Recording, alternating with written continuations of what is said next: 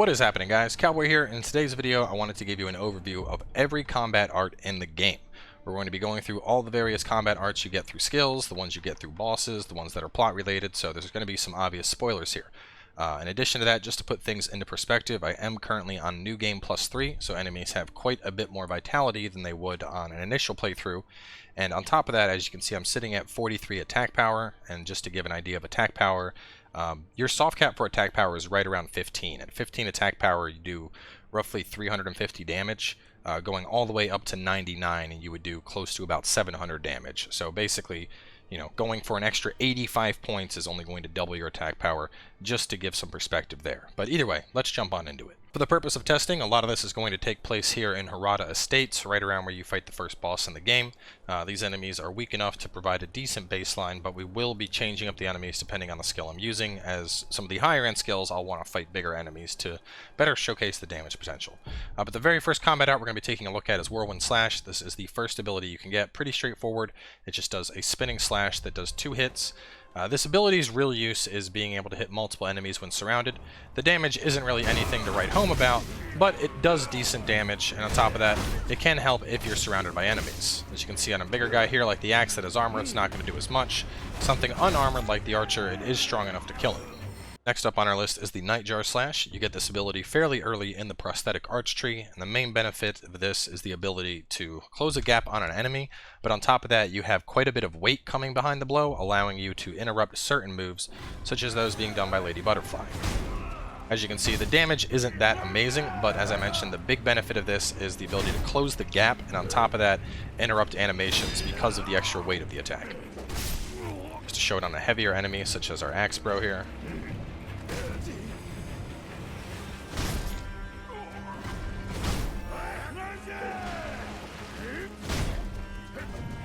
Right there, kind of how it interrupted his move. That's basically what it refers to when it mentions using your weight. Next up is going to be Nightjar Slash Reversal. You can get this right after Nightjar Slash in the same exact tree, and the main difference here is in addition to Nightjar Slash, you can also hold back when using the ability to do a reversal, allowing you to hit your target and somersault away to give you some distance. Show that in action here. You can see how we did a backflip, but the overall damage was basically identical to what we did with the Nightjar Slash.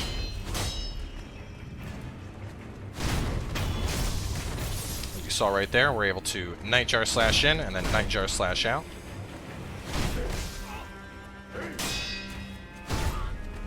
The main benefit here is it just allows you to gain some distance as you're fighting enemies if you need to back out, effectively doing some quick damage and then getting out of the situation. Next up we have my personal favorite, the munching. This ability's main benefit is it does one heavy hit that causes a large amount of posture damage to the enemy. In addition to recovering your own posture, it can also be charged up to do an even more powerful version, and this is picked up in the Ashina arts tree. Just showed on a couple enemies on the archer here. Uncharged is enough to take him on out. Charged version for this guy. As you can see, we did about 3/4 of his health in a full posture bar. Axe bro.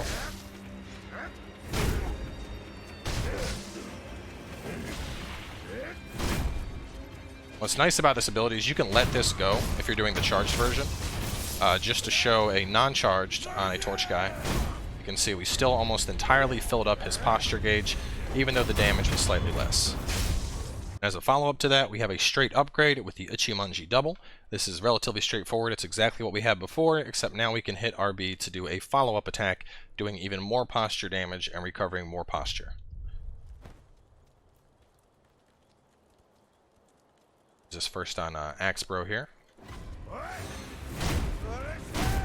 You can see how just doing that double was almost enough to get a posture break on an enemy like this, which previously required a full charge. You can do the double.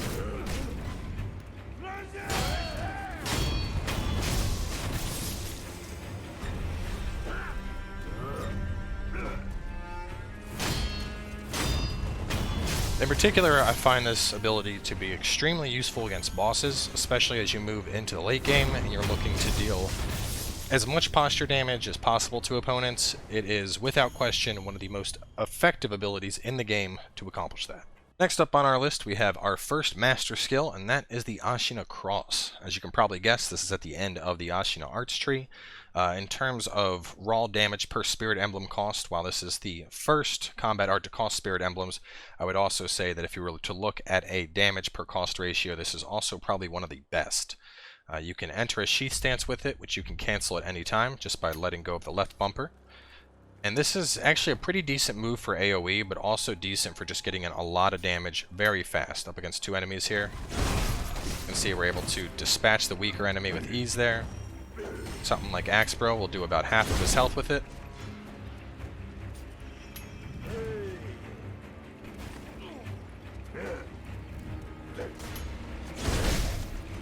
See almost his entire health bar with 2 attacks. Something weak like the Archer was pretty much just going to be instant killed by this. Let's see, we did his entire health bar with just 1 slash. And then a Torchman, even while blocking, we were able to go through his entire health bar. As I mentioned, the big takeaway from this ability is, in terms of just raw damage output, if you aren't using your spirit emblems for your prosthetic tools, this is a very, very effective ability to use spirit emblems and get out a buttload of damage. Next up, we have our first combat art from the Temple Arts tree, and this is Praying Strikes. Praying Strikes is pretty straightforward. You use the ability and then you tap the right bumper again to do a follow-up elbow strike. While it does a little bit of damage, the biggest benefit of this ability, in my opinion, is its ability to lock down an enemy and deal a fair amount of posture damage. As you can see, an enemy like that blocking, we very quickly got up his posture bar. But probably the biggest takeaway here you're noticing is we're not doing a ton of damage to these enemies. You can also prevent enemy counterattacks while using the ability. Each of those strikes prevents the enemy from reacting, but overall not that impressive of a combat art. Next up, we have an upgrade to Praying Strikes. Praying Strikes Exorcism. Pretty much the same ability, except after executing the Praying Strikes combo, you're able to execute an additional attack where you hurl your body at the enemy, knocking them away. I'm also not too fond of this ability. Pretty much the same thing as before. We're not going to deal a ton of damage to it. If the enemy is blocking, we are going to deal quite a bit of posture damage, even against an unblocking enemy. As you saw right there, we were able to get a decent amount of build-up. But even to that extent, I feel you're better off using an Ichimonji if you're looking to deal posture damage.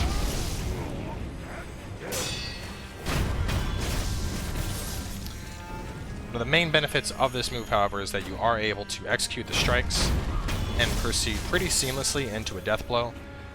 Even then, as I mentioned, I still think the Ichimonji is just a superior choice all around when it comes to dealing posture damage to an enemy. Next up, we have another move in the Temple Arch tree, the Senpo Leaping Kick. Now this move, very similar to how Praying Strikes works. It does a number of follow-up attacks, this time just involving kicks instead of palms.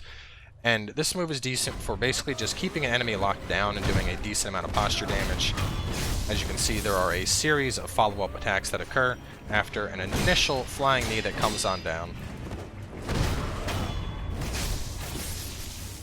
All in all, not the best ability, but definitely a very flashy choice, allowing you to get in multiple attacks. While you are in this combo, you can also break the combo early if you need to get off a deflect. And the biggest benefit about this ability, in my opinion, as mentioned about being able to dodge attacks, is similar to how the Makiri counter is great for countering out perilous thrust attacks. Although the timing is really tight, doing a Senpo Leaping Kicks at the right time will do a ton of posture damage to an enemy doing a perilous sweep. As you can see right there, the first time I tried to dodge, I was a little bit too late, so we didn't see a ton of damage. The second time, we shot the enemy's posture gauge up by almost half. Up next, we have the Master Art in the Temple Arch tree, and this is High Monk. It is an upgrade to the Senpo Leaping Kicks, which will add in a series of sword attacks into the ability. Overall, this ability is a lot of fun to use. Very similar to the Senpo Leaping Kicks. Everything still applies, being able to dodge an attack, come down with that kick, but adding in the extra sword swings is usually, it's just extra effective for building up posture damage on an enemy and helping to get that death blow. Similar to before, this ability is also very effective for dodging perilous sweep attacks, but will do even more damage as it is an upgraded version.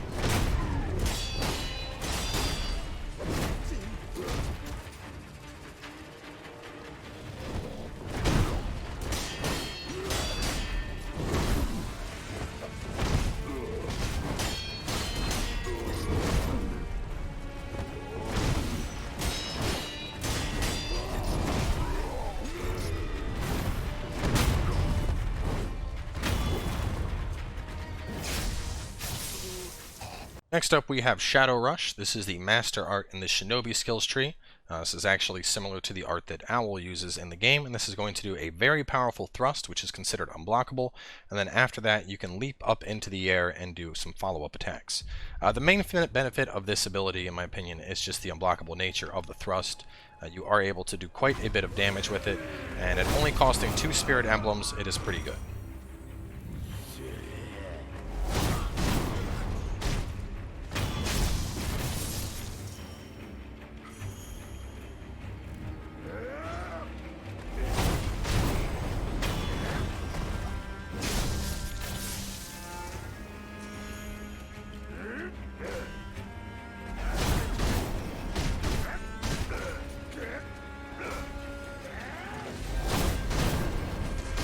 Next up we have our first Mushin art with Shadowfall. The Mushin Arch Tree is accessed after you've gained access to at least one Master Art and then talked to the Tengo of Ashina. This particular skill you need both Shadow Rush and High Monk acquired, and it is basically just a straight upgrade to the Shadow Rush.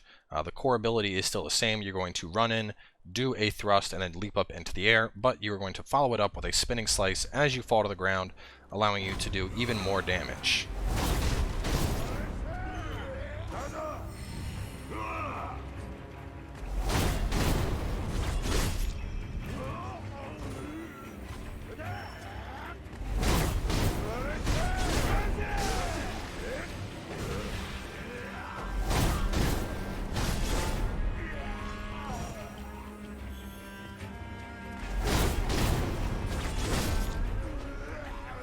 Next up we have one of the first arts we get from killing a boss, and this is Dragon Flash. Dragon Flash is acquired after defeating Isshin Sword Saint. It has a quick draw ability which will do 1 slash, or alternatively you can hold it to do a secondary slash. And what's great about this ability is not only will it do a ton of damage, but it also has a fair amount of AoE to it. See, the range on this is actually pretty dirty as well. Get off the fully charged version.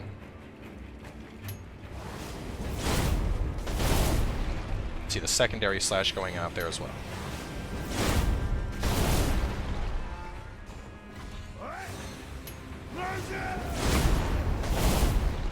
Next up we have another boss ability with One Mind. You get this one from defeating Isshin Ashina while going for the Shura ending, and this ability allows you to do an initial slash, and then while the blade is sheathed, you do a number of other slashes, and you can also do a follow-up slash. While it is very flashy and very reminiscent of Virgil from Devil May Cry, this ability also costs 4 spirit emblems, making it ultimately not all that worth it, in my opinion.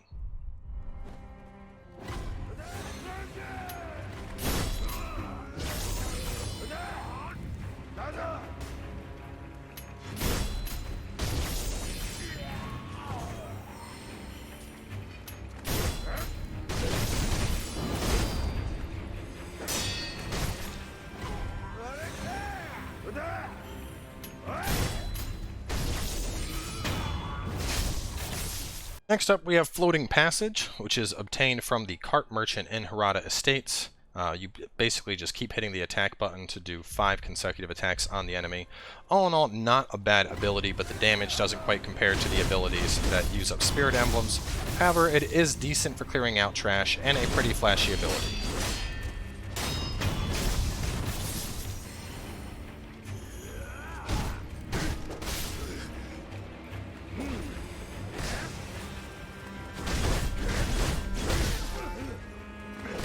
As you can see, the biggest weakness of this ability is that it has nearly no interrupt on it, meaning that while you're executing it, enemies are free to just attack if they're heavier, stopping you in your tracks.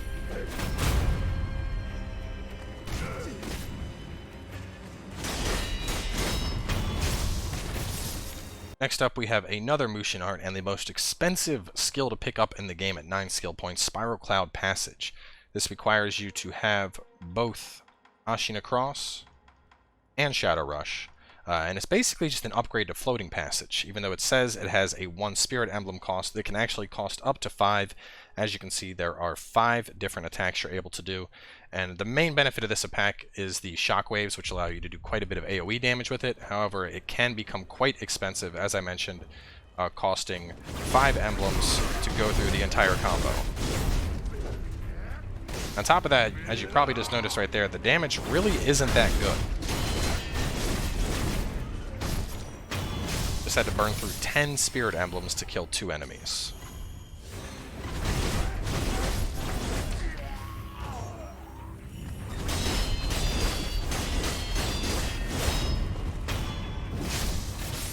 Moving on towards the end, we have Mortal Draw, our first plot-based ability. We gain access to this immediately after obtaining the Mortal Blade. It costs 3 to use and can do 2 separate attacks. This is actually a pretty decent ability, and one of the best things about this is it surpasses a lot of enemy defenses. As you can see, there are 2 uses of it. Killed that enemy and almost was enough to kill Axe Bro here.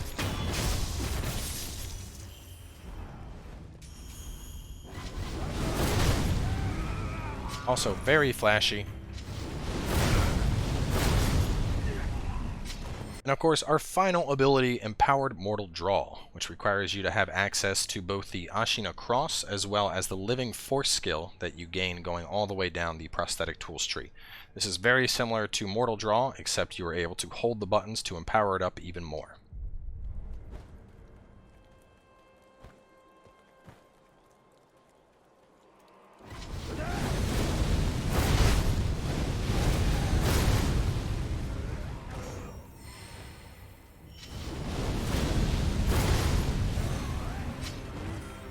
The biggest benefit of this move is just even more raw damage, except it is important to mention that that is quite a large build-up, so it will require quite a bit of timing to get that down to actually execute an Empowered Mortal Draw on enemies.